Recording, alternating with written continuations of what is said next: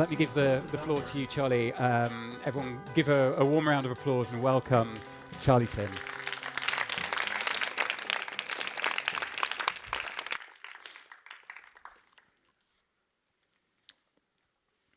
So, hello, my name's Charlie Timms, and I've got some, well, let's see if we can get to the beginning.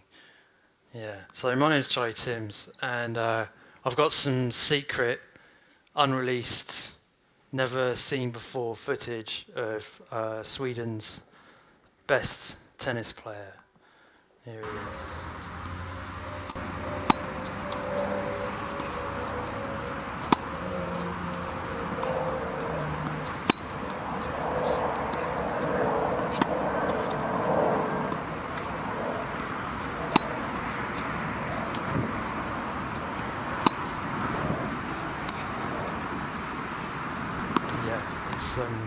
It's not Sweden's best tennis player. It's me. But you could be forgiven for thinking that it was Sweden's best tennis player because, you know, we're in the country that produced Thomas Enquist, Robin Soderling, Stefan Edberg, Bjorn Borg. You know, some of the best wheelchair tennis players the world has ever seen. Carolina Enquist. But currently, it doesn't have a single male tennis player in the world's top 150 players. So yeah, I probably should have made this clip a little bit shorter, but since I should demonstrate earlier that I could play a forehand, there you see my backhand. It's quite cultured.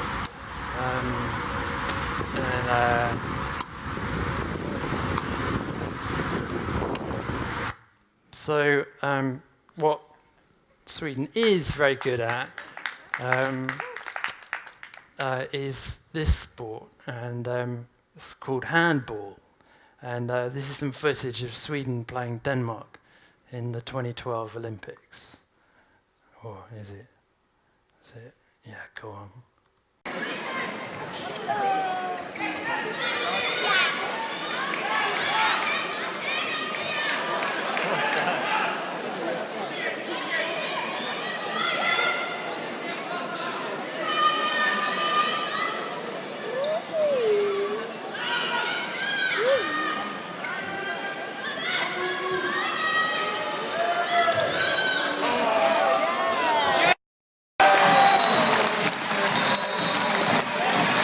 Yeah, so I don't know anything about handball, but that looked like quite a good goal. And as far as I know, I think Sweden went on to win the silver medal in the Olympics, which is one of their best sporting performances of the games. So, well done, Sweden.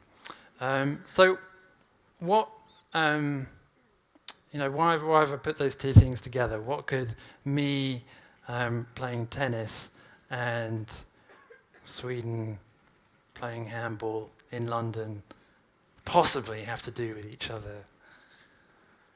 Nobody wants to hazard a guess. Well, it's a pretty obscure connection, but we're both playing in venues which were built for the London 2012 Olympics, and they were built in a huge park which covers 2.5 square kilometres, and it's quite close to the part of London that I live in northeast London, and you can kind of see it here in this, I think, slightly sinister fly-through. So the hockey, the handball arena is that sort of brown sort of blob there on that side. Well, you can't actually see the tennis courts because the tennis courts weren't built properly until after the Olympics, but they're there. But the official story about this, about the park, is that before the Olympics, it was a derelict, barren, contaminated, deserted, industrial wasteland, and that the Olympics came, and you know there was a miracle. It was gloriously regenerated, and now it's this beautiful park, and they're building all this housing, and there was nothing there before, and this is fundamentally not true, apart from the fact that maybe the site was contaminated. There were 209 businesses located inside the park, employing 5,000 people. These were all had to be relocated either into the surrounding areas or outside of London. And there are 2 videos that I want to show now, which are about other things which were in this park. And they are stories that, in London at least, are kind of fading into the distant memory. So this is the first. This is the first.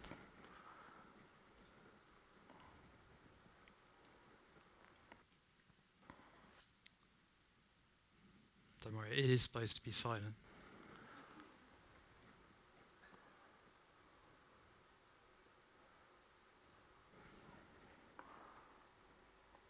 So this is the only footage that I could find on YouTube and Googling around a bit of what was, until shortly before the construction of this park started, a housing cooperative which provided homes to around 450 people, many of whom were single men and quite vulnerable. And this, when you stage an Olympics, basically the government passes the Olympics Act, which gives the body which delivers the Olympics special powers. And so this estate was compulsorily purchased and demolished. Didn't really get an awful lot of press coverage because, well, and I think actually this clip kind of says it all really, because this is all this. I couldn't find a news report. I couldn't find any kind of sophisticated story. I couldn't find a documentary. There wasn't really anything. All there was just this kind of footage of somebody cycling around it with a camera on their handlebars. And that's kind of the memory of this place, which has sort of been obliterated. And to my knowledge, none of the people who lived on this estate have since been relocated back into the housing that was built in the Olympic Park, like the Olympic Village and some of the other new developments that are surrounding it. Most of them would have gone into the terrible fate, which is privately rented accommodation in London, which I can tell you is no secure kind of life. So, and this is another story, and this one has words, so I won't have to talk over it, I hope. Away from this somewhat bleak industrial area in Hackney Wick hides a little gem. Just across the River Lee is Manor Gardens Allotments. One might say it is a plot of gold. There are 80 allotment plots which provide enough food for over 150 families. We got some olive tree there. That's unusual. And we got another tree there from Cyprus. I know the rest 15 years. Really. Maybe more. I've been here 16 years. When he first came here, I helped him to build his shed. We sit down and talk, we eat something, cup of tea. It won't be possible to incorporate the allotments with the Olympics, and in fact it won't be very desirable because this will be a large building site for a period of 7 years. Okay, so I have kind of obviously slightly edited this piece in a not completely understandable way, but I just want you to remember this image of somebody who works for the Olympic Delivery Authority, who are the body who are commissioned to prosecute this regeneration process, and just look at him and think about where he's sitting, and just remember that image. To incorporate the allotments with the Olympics, and in fact it won't be very desirable because this will be a large building site for a period of 7 years, and then we'll be looking to introduce new allotments in 2013. Now we haven't got any firm proposals about that at the moment, but we will be getting planning permission for this increased provision of allotments. There's all this kind of talk about the Green Olympics, and yet they're taking out the greenest thing they've got. But it's not just the environment that will suffer. The allotments are a meeting place where the local people are united simply by their love of the land. They told me these allotments were possibly threatened, a bit precarious. And I just think it's so important socially, because of the casual meeting, somebody may be a bus driver or an architect or whatever, and then they will have this common interest, which unites them. And obviously people pass on their know-how. These people have shown me that it's much more than fruit and veg which is being cultivated here. It's the friendships between the allotment owners. And these, as you can imagine, cannot easily be uprooted and replanted elsewhere, any more than Hassan's beautiful fig tree can be.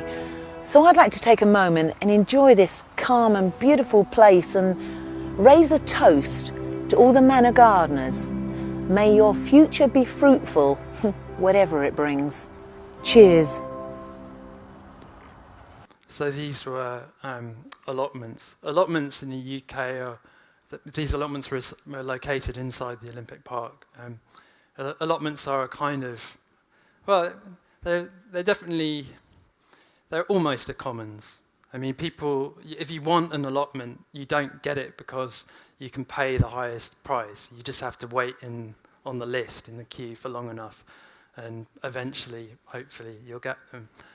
These allotments have been there for 80 years. They were run by an allotment society, and they lost their battle to stay in, to be preserved within the Olympic Park, and they were located outside.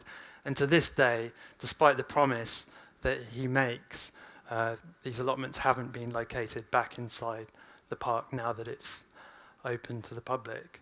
And I think that shot of him is really kind of quite telling. And also the aerial fly-through, because the body that was commissioned to deliver the allotments took an office on the top floor of one of the highest skyscrapers in East London. The mindset was it was top down. And I wanted to share these two stories because the Olympics produced a profoundly depressing way of building the city. And now, 3 years after the Olympics, I mean, nothing in London is really, going to fail because there are so many people there and the population is so dense. But if you go to this park and you use it, you can't avoid the fact that there aren't really that many people there. And here's some evidence of that.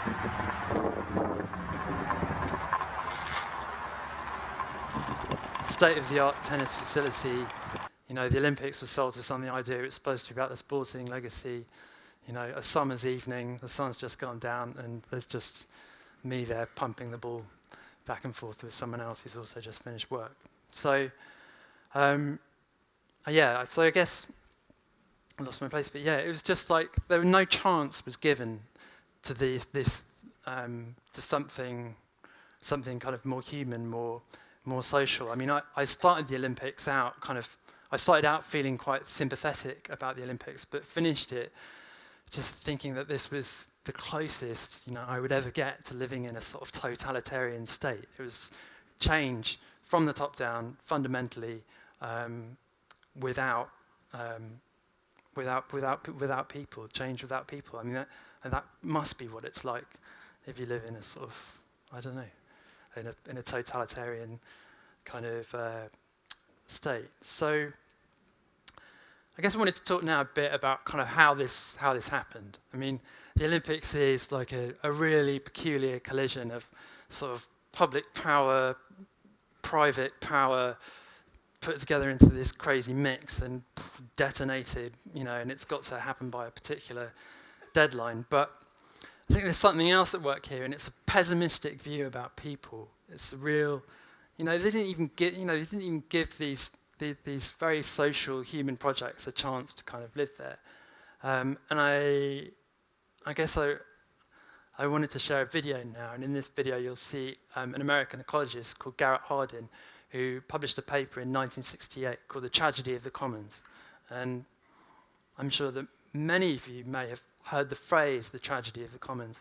And I think what is kind of astonishing about it is that you would have thought that for an idea which has kind of gained a place in popular culture, in everyday language, that phrase or that theory might be based on some kind of empirical research or some kind of empirical inquiry, like Darwin's theory of evolution or Einstein's theory of relativity.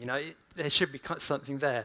But I think this clip shows that Hardin's paper wasn't based on any empirical research. The commons isn't inherently tragic, arguably his opinions and worldview are. You've advocated some interesting positions about how people should deal with these problems, such as the tragedy of the commons. What I meant when I wrote The Tragedy of the Commons was to call people's attention to the fact that the problem of dividing the resources has to be done in a way that fits in with human nature. We shouldn't expect too much of it. The expectation which you find in the Marxist ideal of from each according to his abilities to each according to his needs, we know does not work. The 70-year experiment in Russia certainly showed that it does not work, and many experiments in this country shows that it cannot work. And the reason it doesn't work is just because of human nature. This is the wrong standard to have. Instead, it should be from each according to his work that he does, and to each according to the degree to which he's earned what he gets. And if you put it on that basis, then people will work and try to earn it. Whereas if you say you are entitled to it, no matter how useless you are, you're entitled just because you're a human being, you encourage incompetence. And this is a bad thing to do. This is just elementary knowledge of human nature that people have had for thousands of years, but which for a complex of reasons we sort of forgot about in the last 100 years or so. But so it may have been the wrong idea, but it came at the right time, you know, just as a series of politicians on both sides of the Atlantic were on the up, and they believed that private enterprise was, you know, the way to go. It was that was the way to organise society and productive activity. And 35 years on, here we are in the world of their creation. But I guess what's interesting now, and obviously what this whole conversation is a part of, is that there are, you know, you don't have to look very far to find your kind of anti-Hardins, other people who have sort of counter-narratives about the sort of what drives and motivates people. And I'm going to share 3 examples of that now. The first is the late Nobel Prize-winning economist Elinor Ostrom, who devoted her life to critiquing Garrett Hardin's work and showing that people can and do and will find ways of sharing, taking care of, and looking after what she called common pool resources. After that, there's some footage of the US philosopher Michael Sandel talking about the moral limits of markets, like how far, where markets, he thinks markets have gone too far and applied to too many things that they should be drawn back. And then the last example is a Canadian writer called Flora Michaels, who believes that we're living in a kind of monoculture, and the seed for this monoculture is the idea of rational economic man as a simple robot-like being who's constantly weighing up the costs and benefits of different kind of personal or different potential choices. So I'll let them explain themselves. So some counter narratives. How do you define the commons? I don't use the term the commons for a technical. The term commons to me means a wide diversity of non-private goods. So I use the term common pool resources as a technical term to refer to resources where it is difficult to exclude people, not impossible, but difficult, and where whatever I takes it away from everyone else. Now, public goods may also be commons in that broader sense. So when we talk about the commons, then I'm thinking of both public goods and common pool resources.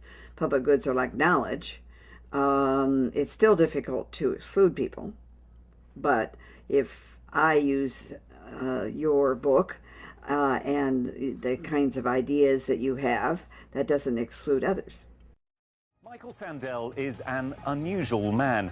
He's a philosopher with the global profile of a rock star. His argument that markets are increasingly and increasingly destructively entering all parts of life has won him a worldwide following. If we look at every aspect of social life, from family life to personal relations to health to education, teaching and learning, the way we fight our wars, the way we run our criminal justice system, civic life, in all of those areas, over the last 3 decades roughly, money and market thinking and market mechanisms and cash incentives have come to play a growing role. That's not to deny that money has always played a part in politics, by no means. The question is, what kind of democratic system do we want? What kind of society do we want?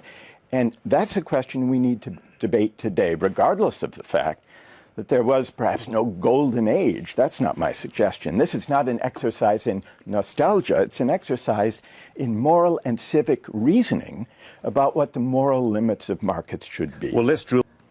I'm here today to tell you about one story that is changing everything and how that one story is creating what I call a monoculture. Our personal stories don't exist in a vacuum. They're actually surrounded by larger stories, the stories of the culture. And these larger cultural stories are something that we're hardly conscious of because we take them so for granted. But they're actually a hidden infrastructure that informs our lives. And at certain points in history, one of these larger cultural stories takes over the others. So in the Middle Ages, we could say that the dominant story was about religion. And by the 17th century, we could say that the story was about science. But in our time, the story is economic. Because of the rise of this economic story, 6 parts of our lives are being fundamentally reshaped. Our work, our relationships, our communities, our physical and spiritual health, our education, and our creativity are changing or have already changed. It's one story that's changing everything. When most people hear that today's dominant story is economic, they tend to think that means the story is about money. But the economic story is actually a nuanced web of beliefs and assumptions about 3 things: who you are as a human being, what the world is like, and how you and that world interact. So point number 1, who does the economic story say you are? Well, among other things, the story says you're somebody who's self-interested and rational. You're constantly calculating what is and is not to your best advantage. Yeah. So the next thing I wanted to talk about is this sort of maybe a bit of a response to Michelle's question about art in the commons. I wonder whether maybe kind of this idea that we're kind of living in an oppressive monoculture is what is driving artists and creative people of different kinds to kind of work in public space and to work in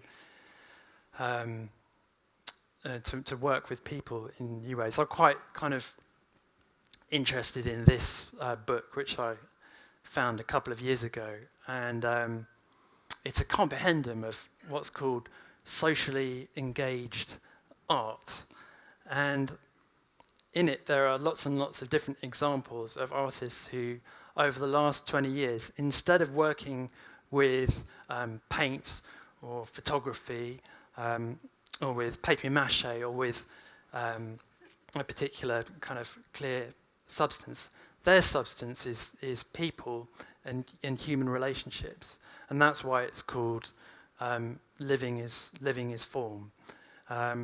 So it's quite a kind of weird, quite an abstract concept. But you know, Ai Weiwei, I mean, he's arguably one of the most famous artists in the whole world, and this is arguably the way that he works. At the Documenta by Art Fair in 2007, his project called Fairy Tale involved bringing 1,001 randomly selected people from China to Kassel in Germany, and he sort of used the experience of these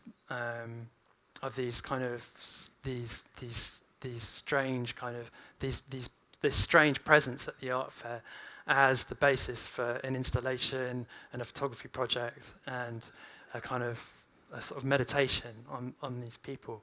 And I wanted to show, actually, I've got two examples from a specifically British context of socially engaged art. And the first one is by an artist called Phil Collins, who, not the musician, but the contemporary artist. And in 2004, I think he was working in Ramallah, and he paid some Palestinians to dance non-stop for a day to a range of different pieces of British music, and created an installation out of it. That's not a very good example. What comes after it is a good example, and that's a work called The Battle of Orgrave by a British contemporary artist called Jeremy Deller.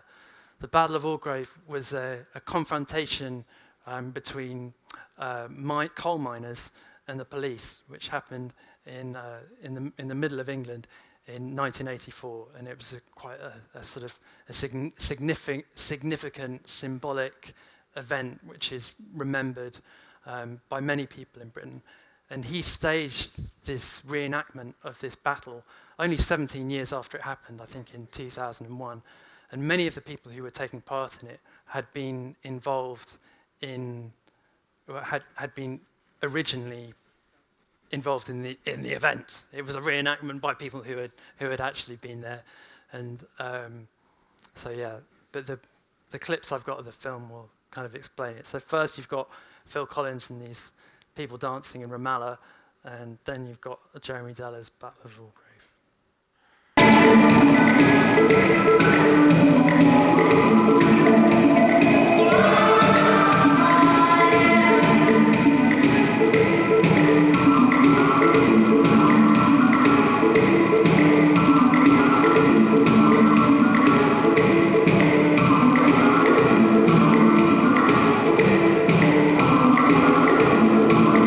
However, amazingly enough, the tactics used by the police 17 years ago are very reminiscent of things I'm very familiar with. They're very similar to actually medieval and Roman tactics. The reenactment itself then, all reenactments are recreations as close as we can make them. But things have changed since 1984 in terms of the ground at Orgrave. Now in 1984, all this open cast mine was actually the coke plant just there. After the coke plant closed, it became a mine, and this lake heaps and the actual open cast mining has moved about. But basically, everything this side of Orgrave is literally now a big hole in the ground. So what we've actually done is to move our battlefield from over here where it was, across the railway bridge, and into this field here, which is just behind the houses that played quite an important role in 1984. Can I just ask for a show of hands to see how many of you were actually there in 1984? So it's quite a significant number. Okay. This is a recreation, not a refight. There are very often events which things never seem the same afterwards, and I think Orgrave on that day, things really could never be the same after that. I'd like to say welcome to South Yorkshire, to all the reenactors. I hope that you can share some experience, that the fact that those of us who live here, these events are actually burned into our folklore, they're burned into our community memory and our consciousness, and we'll never forget them. I would just stress, we're all playing a part today. Let's not injure each other. Let's not get too excited about things.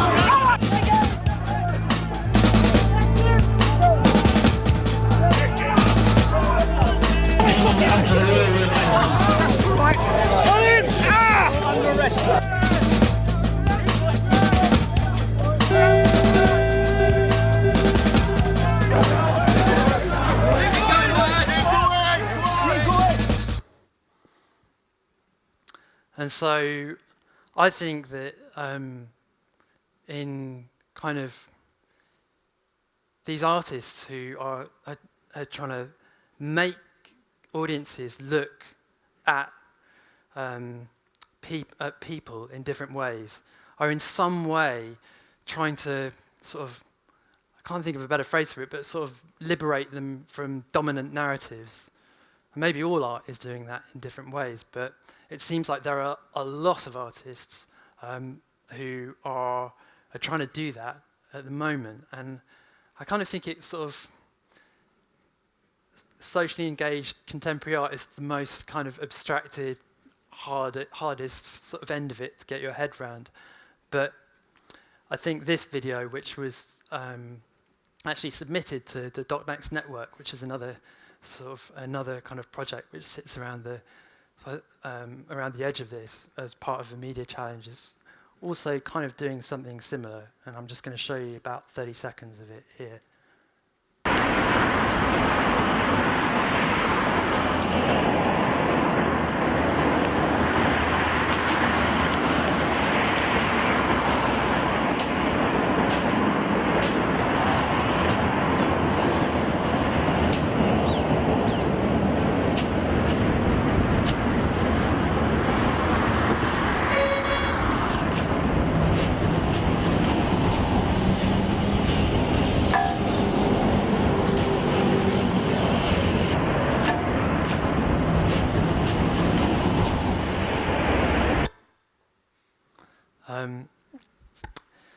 Yeah, so I guess I think that's interesting because it's obviously like it's obviously a setup, but and it's supposed to be absurd, and that person is doing something which is completely ridiculous, but the idea is that he's sort of doing kind of the opposite of what the advert is telling him to do. So it's like a more kind of obvious example of someone challenging a dominant narrative. And I wanted to get, I guess I kind of think that this all kind of boils down and down and down until eventually you get to free running and videos of on YouTube of people free running. And this is one which I believe is from somewhere quite close to here. It's from Botkirchen.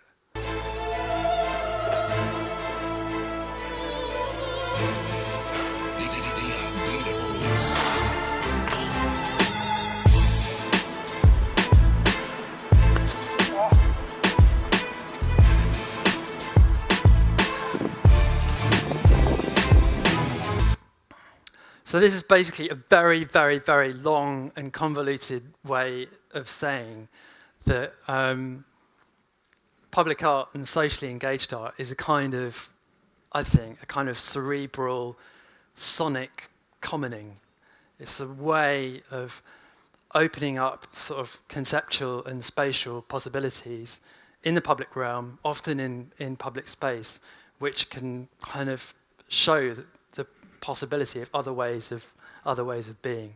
And so this really, I don't know if any of you are familiar with the magazine Adbusters, but I think this is just a very highbrow kind of, very highbrow Adbusters. So that's kind of at the most kind of abstracted sort of level of commoning, but the commons exist in the real world, and we live in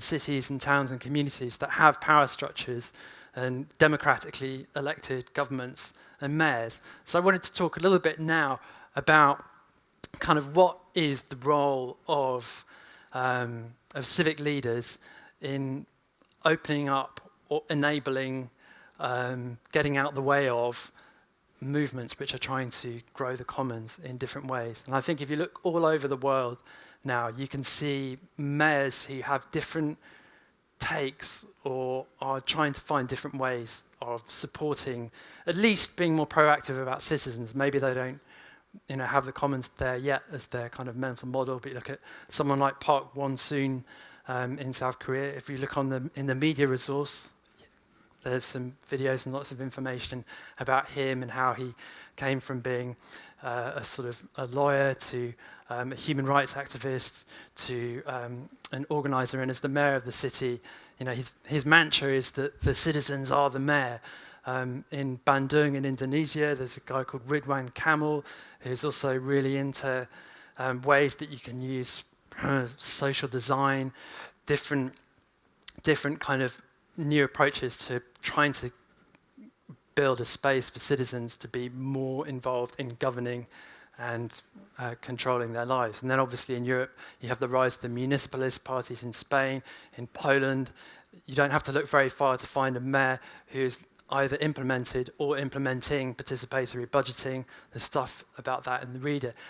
And I think within this whole spectrum, you've got two kind of polarities. Like at one end, there's this sort of municipalist kind of approach to leadership, which is all about creating more opening up democracy, creating more participation, more circles, more ways of involving people in consensual decision-making processes. And at the other end of the spectrum, you've got someone like Antanas Mokas, who was the mayor of Colombia in, I think he's been mayor 2 times in the last decade, starting in 1993 and then having a second term in the 2000s, who through sheer bloody-mindedness and a range of strange and quite absurd acts, famously he used mimes as a way of encouraging people to behave better as drivers, and he instituted a day in the city in which men had to stay at home and look after. He introduced voluntary taxes.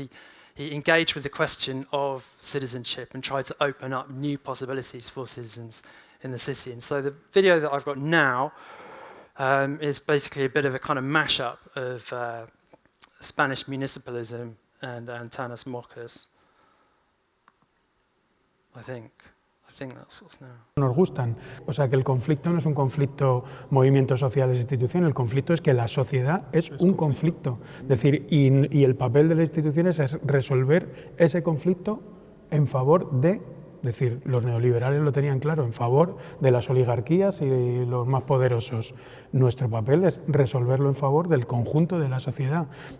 La función fundamental para lo que estamos abriendo, que es un campo de participación, si se da, impensable hasta este momento, es que la socialización de lo político se dé en toda su profundidad en las mayores capas posibles de la sociedad. De eso va a depender la radicalización democrática, ¿no? De que el debate se extienda y pegue fuerte por abajo, ¿no? O sea, yo estoy totalmente de acuerdo, o sea, cómo radicaliza realmente la democracia para que llegue, ¿no? Para que haya una participación real. Pero me preocupa porque realmente, o sea, la cuestión de las desigualdades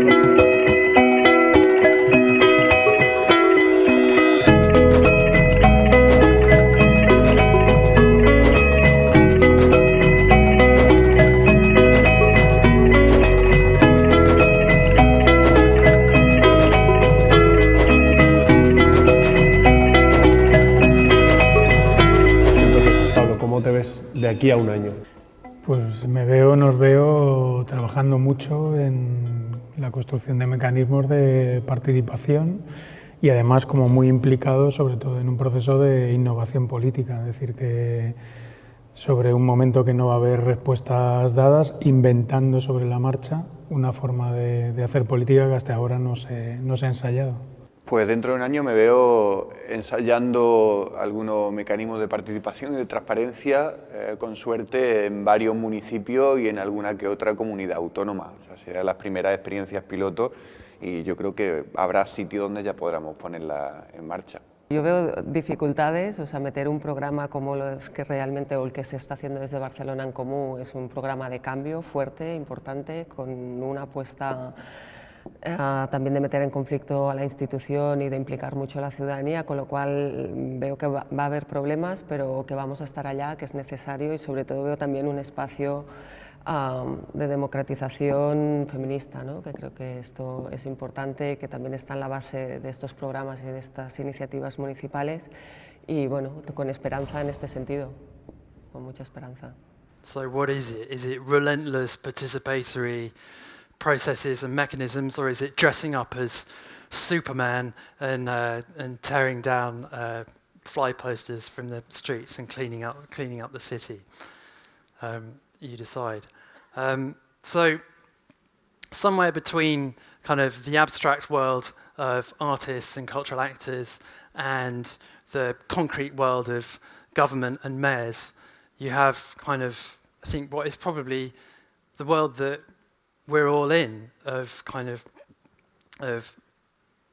growing institutions and projects and different ways of opening up spaces and resources that different groups of people all across the city can access, building institutions and the kind of things that Michel was talking about in his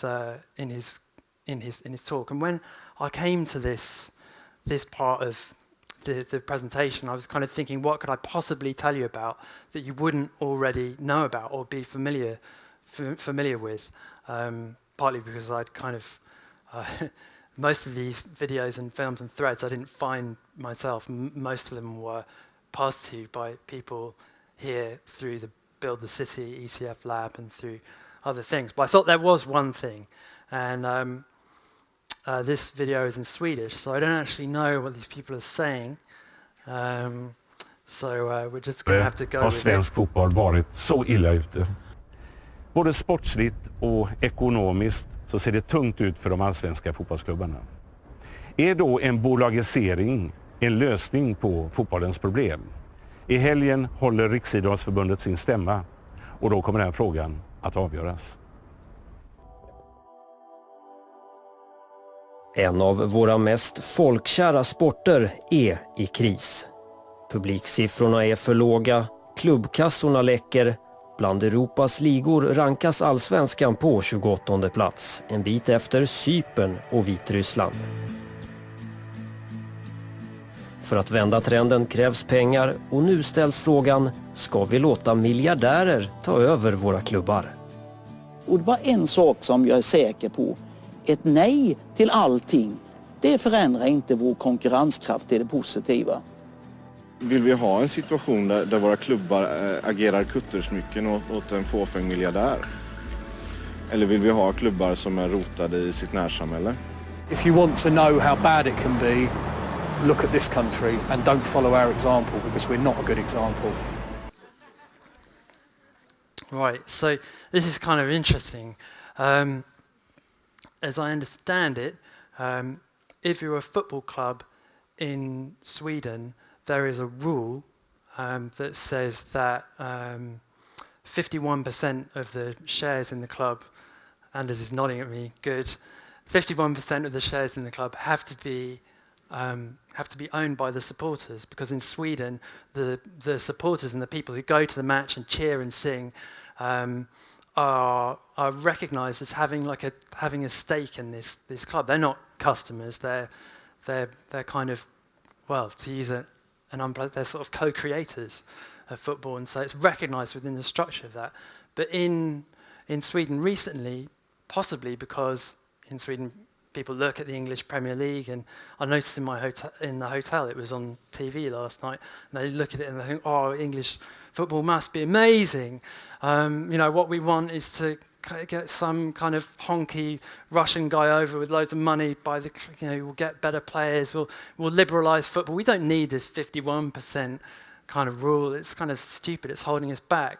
But as I understand it, there was a campaign against that, and I think the 51% rule in Swedish clubs remains, which is a profoundly good thing, because if you go to the UK, as they clearly found out in that video, and you talk to people who go to football, in the UK, people want the football supporters want the Swedish model.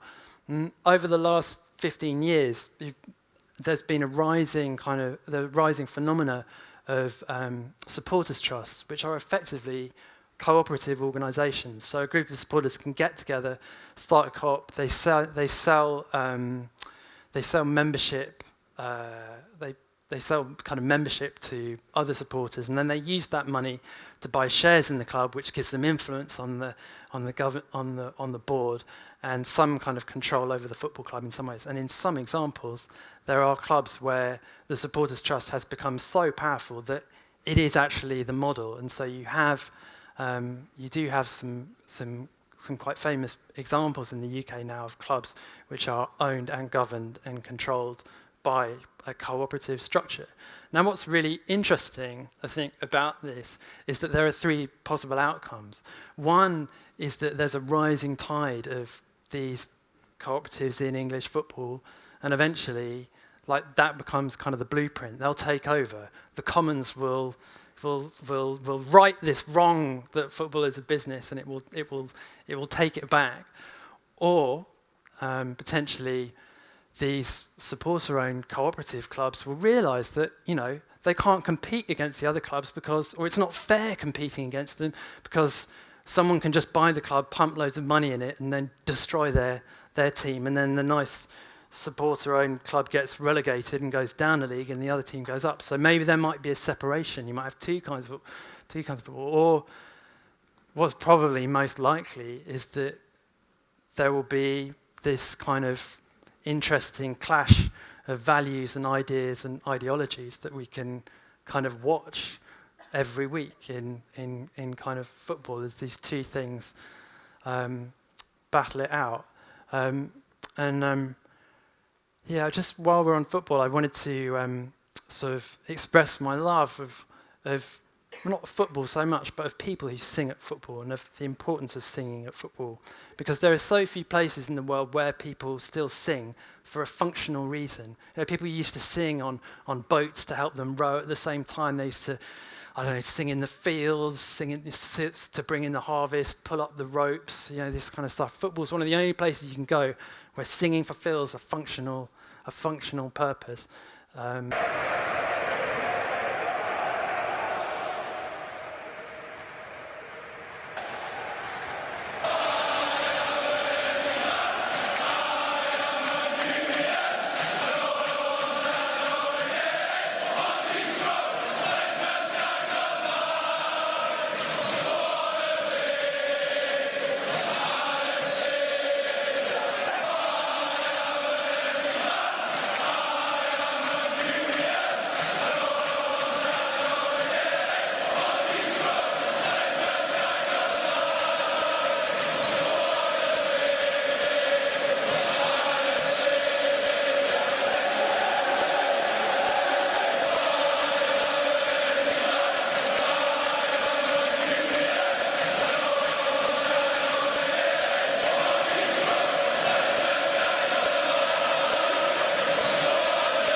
Right, it sort of goes on and on.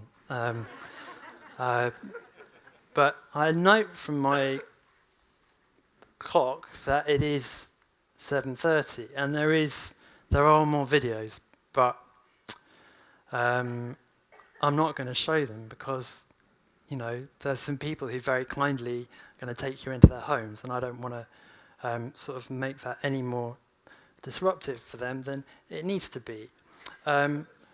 But yeah, I guess, yeah, and this is a good line actually. And I think that this singing thing is important because in a way,